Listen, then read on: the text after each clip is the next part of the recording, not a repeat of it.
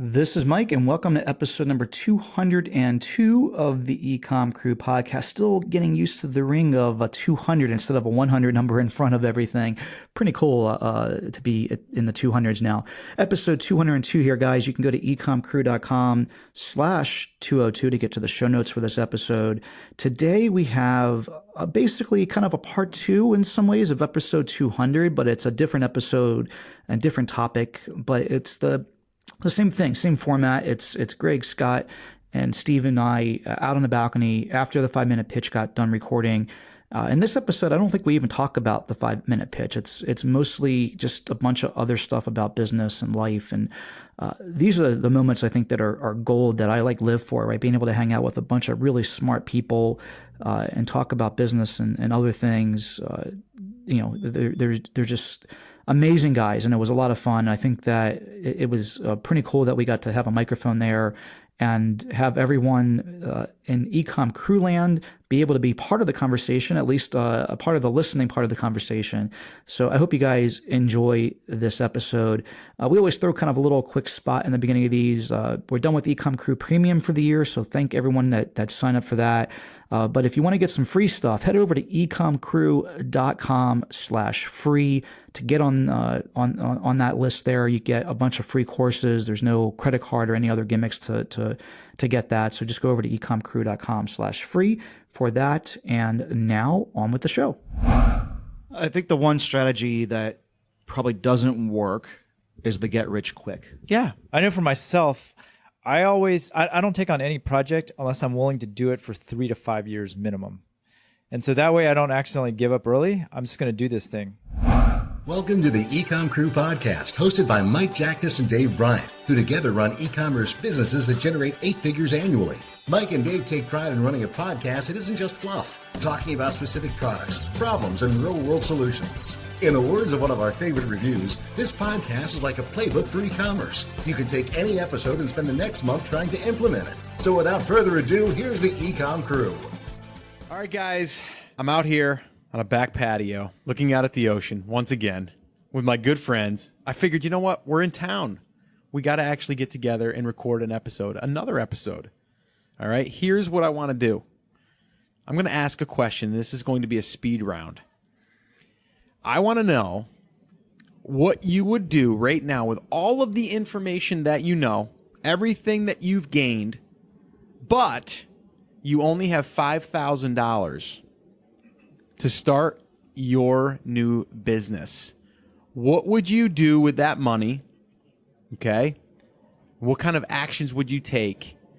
And how soon do you think you could get to $5,000 in profit per month? Okay. This is interesting. I didn't know what the question was going to be until you asked it, so I'm stalling for time for just 1 second. But I know the answer. Number one, the things I've had the most success with in my life is the things I'm really passionate about. If I start doing something just for the business aspect of it, of just to make money or make a business that's going to just for the money, it doesn't ever work as well. I've had success with it, but it doesn't work as well from a happiness quotient, and ultimately it doesn't work as well from a long-term profitability and other parts of it.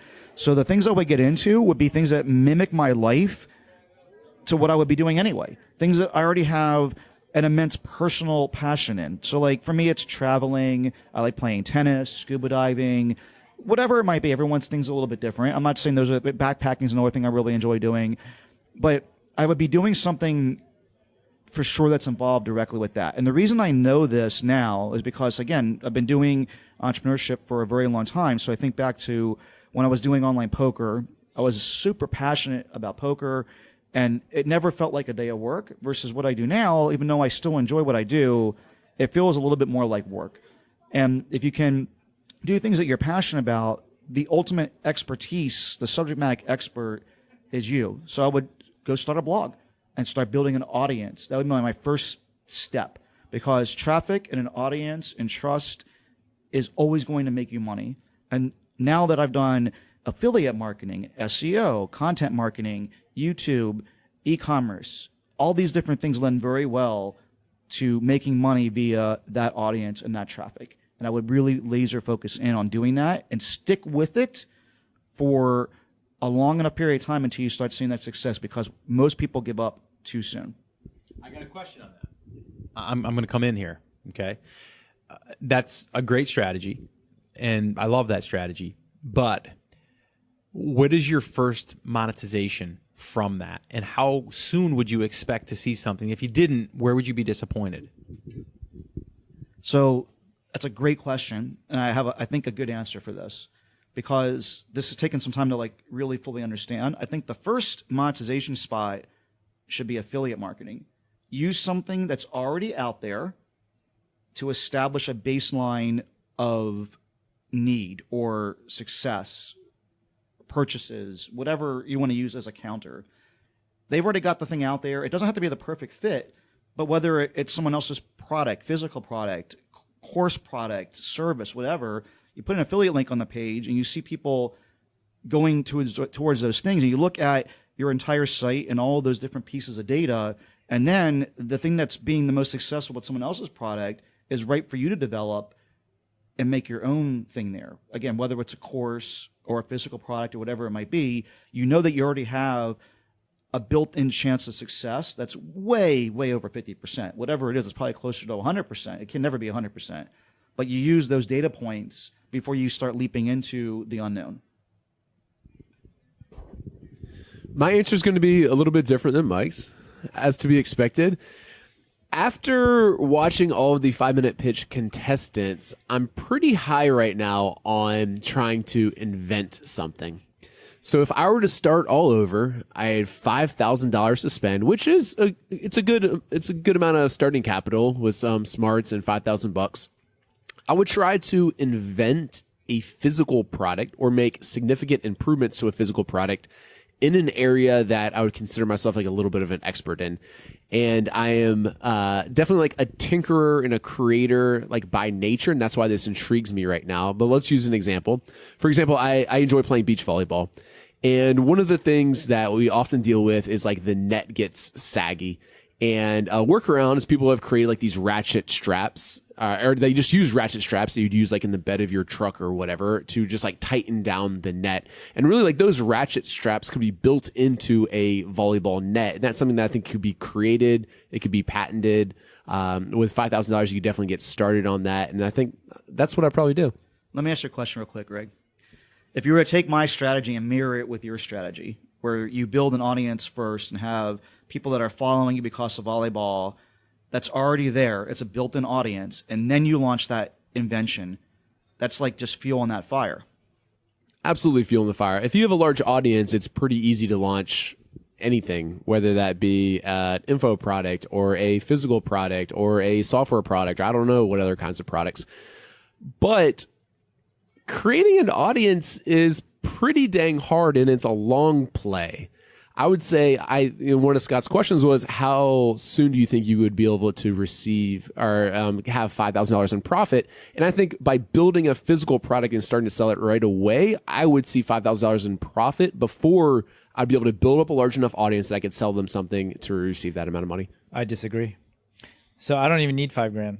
In fact, I had a student in my class who read one of my posts on how I made a lot of money doing a webinar. So what he did is he just ran some Facebook ads. I think he only had like 80 people, and he did a webinar, and he ended up making like $4,200 just like that. Selling, I think the content was actually the webinar, or more of the webinar, or more detail after that. This is what you do, though, if you had to start all over. You would run Facebook ads to a landing page to capture emails to run a webinar. So I'm going to just take it. If I didn't have any money at all, here's what I do. Here's what I would do. You have $5,000, Steve. Well, no, I don't need the 5,000. I don't need the 5,000. Some people out there that are listening don't even have 5,000. Is that right, Scott? Yeah? Right? All right. So here's what I do. I have a friend that did this. He just went on a popular forum, and he'd start posting these really long posts that people would read. And then all of a sudden, when people read those posts, they would comment on them, ask him questions, and all of a sudden he became an authority within that forum. And then all of a sudden people started asking him for advice, and he created a class. And all of a sudden, people from that forum started signing up for his class. He didn't even have his own audience or his own website. I love all the different strategies and ideas here. And I think that they're all coming from a little bit different point of view. For me, the reason the strategy that I mentioned is what I mentioned is because at this point in my life, I'm thinking about like a very long-term defensible business, and I'm not concerned with the amount of time necessarily that it takes to get there. And there's obviously a much different point of view where, like, if you said, Mike, you have $5,000 and you have no home and you have no other belongings, I'm just giving you $5K, and you got to like go out and be scrappy and survive. That's going to be a much different set of criteria. But if I'm where I'm at now and I'm just starting over trying to build a business for long-term defensibility and success, I would go with that strategy. If you're looking to make money as quickly as possible, I love what you just said, Steve. It's like a really great strategy. You guys might be getting off the question now, though. Scott, can you remind us what the question was? Yeah, you have $5,000. Steve doesn't need it, so he's going to give it to you. So you have $5,000, and you want to start a business that can make $5,000 in profit the quickest. Like that's what I'm looking at. So let me give you my answer. And I believe that kind of a hybrid of what you're talking about, Mike. I've done this. That's why I say I've learned it. It works. I can speed up the process now. Again, this won't work for you if you don't want to be an audience, or if you don't want to gain an audience, and if you don't want to be the front of the camera. Some people don't want to be. They just want to build a business on the back end, and that's it. Maybe you want to be an inventor, like Greg said, and you just want to be that person and you just come out with a really killer product that just blows up because everybody wants it because it's just awesome. Me personally, it is building an audience. But the way that I would do that is I would put something out there, and in this case, I would probably do something just to get the attention in the market like I teach right now, and I would do either a giveaway in that market. I would do something to give people or get people to raise their hand so then I can deliver my content. And when I deliver my content, it's going to be stuff around that market. So again, if it's into bass fishing, I'm going to basically create around that market because that's what I'm doing every weekend. I'm going fishing with, I'm not, but I'm saying if I did, I'm going fishing every weekend with my son. So I'm going to record that stuff. I'm going to report on that stuff, the lures that I'm making, all of that stuff. And in the meanwhile, while I'm doing that, I'm also going to be, doing the affiliate marketing thing. Like Steve said, like you said, I'm going to be using, the affiliate stuff because it's the easiest way to basically make a sale without having to have a product, right? With Greg's strategy, I like that strategy. It's going to be a little bit of a longer strategy to do to do that whole process, unless we're just going to modify a little bit. If we're just going to modify a little bit, that's fine. Inventing, a little bit longer of a strategy. But I agree, if you can do that, have your own product, and then you're going to also do the actual, how you're going to get the attention in the market for that thing. I think that becomes the challenge unless you have an audience. Here's what I've learned, okay? Been at this for over 15 years. Whether it's for my photography business, when my wife and I built a brick and mortar business, we built a little email list of people that came to our studio, didn't even know what we were doing. We were using like Outlook, and like we would just blind copy, that was our email blast. And we would sell out our entire, fourth quarter photography sessions. We had no spots available. We would book solid.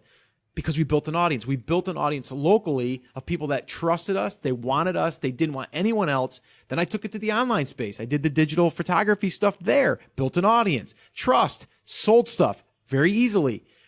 Build an audience. Know, like, and trust. You can sell anything you want as long as the audience wants it, but you'll know that. That's the easiest way for me because that's what I know and that's what's worked for me. Doesn't mean it's going to work for everyone. Greg, a little bit different. So, the one thing I want to say just about Greg's strategy, and you kind of mentioned it, Scott, it kind of piqued my thought process here. I don't know that everyone can be an inventor. And I'm going to throw myself under the bus here. I'm just not creative enough when it comes to that type of thing. I don't feel like I can be the inventor type. I could sit there and dream about this for a year and probably not come up with an invention. So. Totally. But back to the question, it was what would each of us do? So that's what I would do. That's what I'm pretty excited about right now. I love having an audience and having someone that you can promote products to, but it's not easy to build up an audience. Even if you're trying to go, like Steve said, and create long forum posts every day and work on that all day. That takes like sitting in front of the computer and writing all day. Let's not discount the fact that it is hard work and is difficult to build up a large audience. Which is part of it. But the cool thing about this and what I just am reminded of is listening to everyone is there's lots of different ways to skin the cat here and a lot of different ways to become I just want to reference your story, Greg. When you first started out with Jungle Scout, you didn't have an audience at all, right? Instead, what he did is he befriended the three of us and leveraged our audiences to promote his tool. So, well, though, but he more or less created a product that people wanted. Once people started using it, they started to share it. So there wasn't really much of a need for building the audience. The audience was actually being built by the want of the tool, that was doing the job. So in a sense, Greg is an inventor, right? He's a creator. He's an inventor. You are as well. I mean, you've done some of your own, as far as building. You love building things because you don't like spending money on tools. I'm surprised you didn't build your own Jungle Scout extension and just have it running in the background. But we've been reminded of that time and time again. Although you did pick up the check the other day, which is pretty impressive. Whoa. Yeah. Yes, he did. All right. First of all, guys. I'm cheap with myself. Not with you guys. Although if Greg didn't give me Jungle Scout for free, I might have developed it. Yeah. I mean, I agree with Greg, though. I mean, there's so many different ways you can do it. And that's why people are like, I tried this one thing and it just doesn't work for me. Well, you might not have given it enough time. You might not have found your thing. I think you need to play. I think you need to experiment. I think you need to play in the sandbox and see what works for you and understand that as you're doing this, you're learning, you're growing, you're constantly seeing what resonates with you. Not everyone wants to spend the time to build an audience or even build traffic to a blog. I think the other strategy here is take 12 to 18 months, do some good keyword research, build a blog with content that people are searching for and get traffic and then just put ads on it. Like, that's a strategy, right? You don't even have to be the front of it to do that. I think the one strategy that probably doesn't work is the get rich quick. Yeah. Right. You got to put the work in. I mean, Steve probably mentioned the most get rich quick thing. Not that with you basically make a webinar and launch some Facebook ads to it.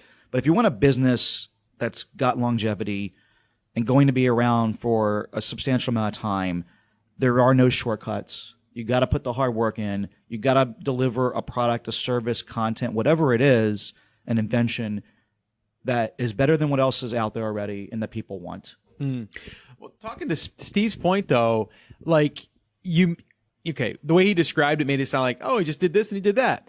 The guy's knowledgeable on the topic. So if you're going into a place, you're being knowledgeable, you're being helpful, and then you brought people over because, let's just think about this. If I'm sitting there playing tennis and someone comes up to me and goes, hey, you want a free 25-minute lesson? I'm like, yeah.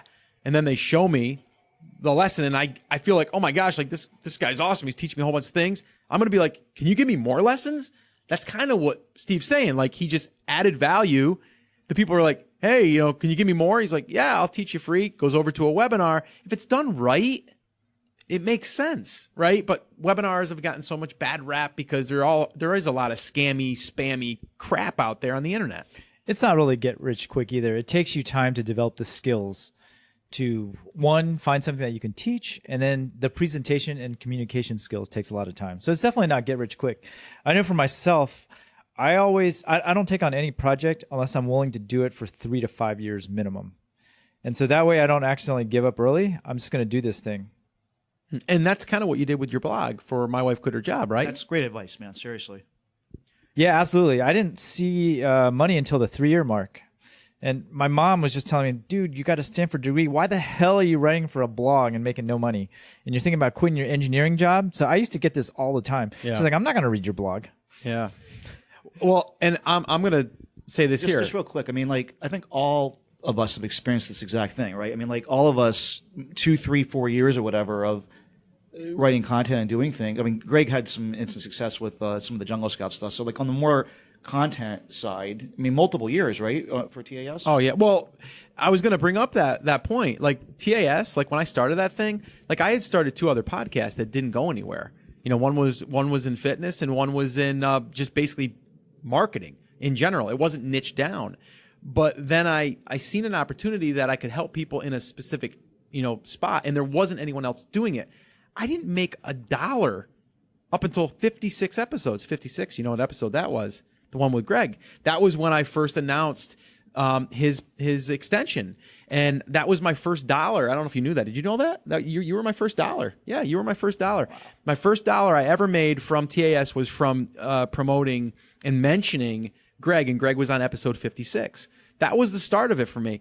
And then it kind of grew from there, but it took 56 episodes. I didn't press it. I didn't push it. I just continued to show up. I knew that I was helping, and I knew that I was helping because I was getting the reward of people telling me that it was helpful. So I knew I was onto something, right? I didn't know how I was going to monetize. Zero idea. You didn't have an idea when you started your blog. No, I didn't get any rewards either, though. Yeah, you had crickets, right? Yeah, I had crickets for sure. Yeah. Oh, it took me to make like $1. Yeah. How long did it take you to make $1 on that blog? Probably a year and a half. That was through AdSense. Yeah, AdSense, which is a lot of money you make from AdSense. Yeah. I waited a long time for that first check. This is just an aside, but if you want to see Scott's old fitness product, just go to images.google.com and type in Scott Volker, and you'll see some interesting pictures.